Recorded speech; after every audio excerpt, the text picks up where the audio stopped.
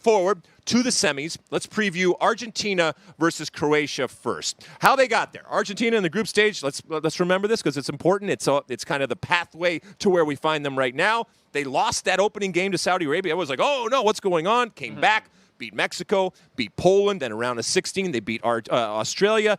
And then in the quarterfinals, the 2-2 win, 2-2 result with the Netherlands, and they go on and win in penalties. And that's how they find themselves here. Croatia, in the group stage, they draw with Morocco, they beat Canada, and they draw with Belgium, round of 16. Again, another draw with Japan, and they win in penalties, which is what they do. And then in the quarterfinals, 1-1 with the great Brazil, and go on to win in penalties. All right, Landon, how do you see this matchup playing out, Argentina-Croatia?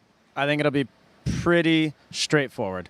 Argentina, all the ball, comfortable in possession, trying to find ways to create chances. Croatia, what they were so good at in the quarterfinal is they didn't have the ball for a long time. They defended well against Brazil, but the crucial piece for them, we called the game, Ian and I, every time the ball turned over and Croatia won it, deep in their defensive end, they made one pass, two passes, three good passes, got out of pressure, stepped on the ball, rolled it back, and kept the ball for a while. And ultimately, if you're going to defend a Neymar and Rafinha and Richarlison for long stretch, the less opportunities they have in 90 minutes to score and make plays, the better for you. And they did such a good job of that. I expect the exact same against Argentina.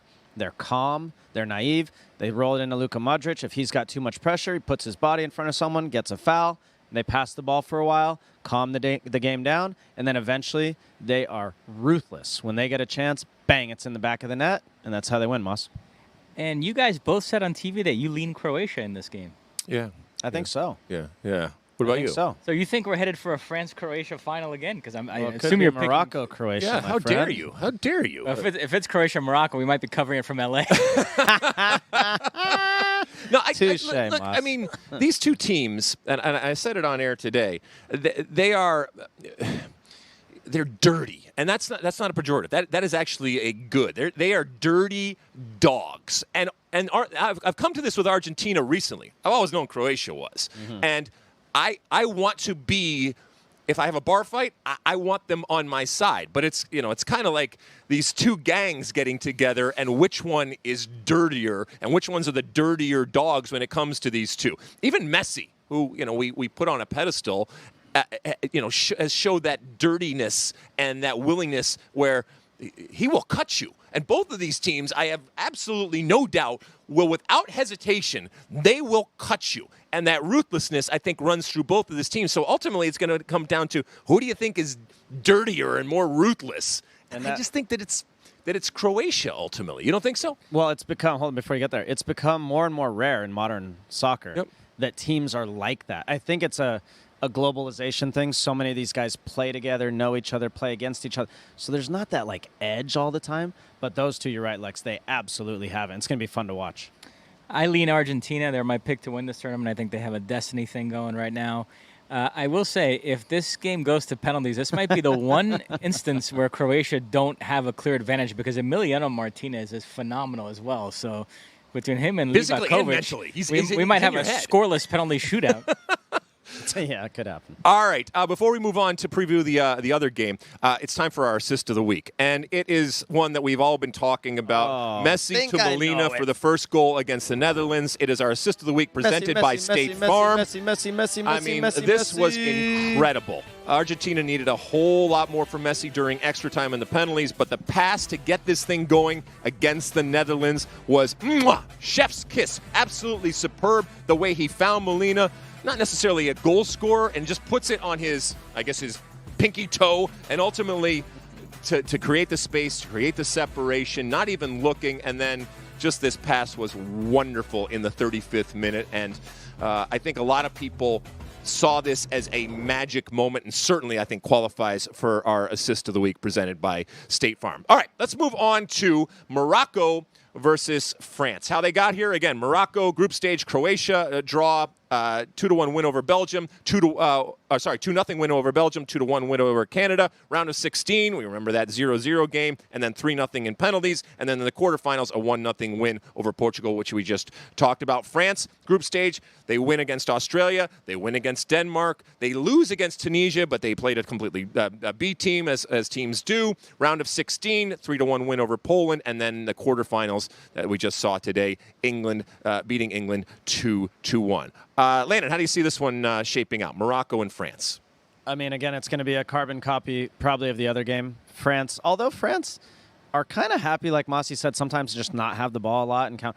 They are going to have the ball. Morocco don't even want the ball. Morocco get the ball. They just kick it down the field and say, no, we don't anything want more it. than 25% possession, they've done something wrong. You take it. And that being said, though, the goal they scored tonight, build out of the back. I mean, they do. You talk about dogs and being dirty. Like, they have a bit of that, too, and they got some nasty to them, and they are savvy, too.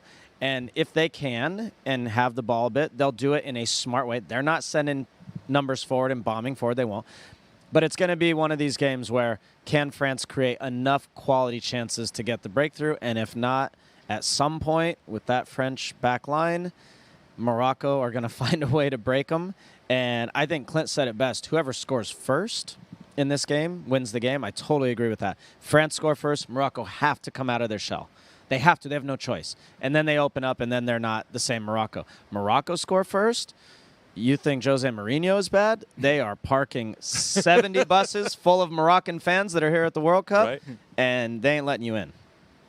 I think this is the end of the line for Morocco. France move on. I think we're headed for a France-Argentina dream final, Mbappe versus Messi. From your lips to the soccer god's ears and to the Fox Sports ears. What do you think, Lex? I said that it's going to be I'm going back and forth between the Croatian and the Argentina game, but I do think that France takes care of Morocco. I think, and like I said, if they get one, they get three, because I think that it all breaks down. And if and when that moment happens where, I mean, let's be honest, when somebody other than themselves score on them, they're all going to look around and say, well, that's not supposed to happen. What do we do now? Right. And I think that they don't have any plan B. And plan A has been wonderful. If they're able to ride plan A again all the way to the final, well done. But I think that France is too much. And I don't even think that France, that they are the England game will have been the biggest test that France has in terms of putting pressure on them. I think they're going to have plenty of the ball, and I think that, tout sweet with a cigarette and a coffee and a baguette. We saw the guy eating a croissant there. The guy eating the baguette in the stands today. Anything, Mossy, on this before we go? Has Landon officially replaced Stu Holden as the David Brenner of this podcast, go-to guest? Well, listen, I mean, the peek behind the curtain here. So we do shows all the way through the night. Many of you keep track and watch it, and we love that you watch all of it. But it means that there is some downtime in between shows. And I'm not just going to let the guy sit over in the green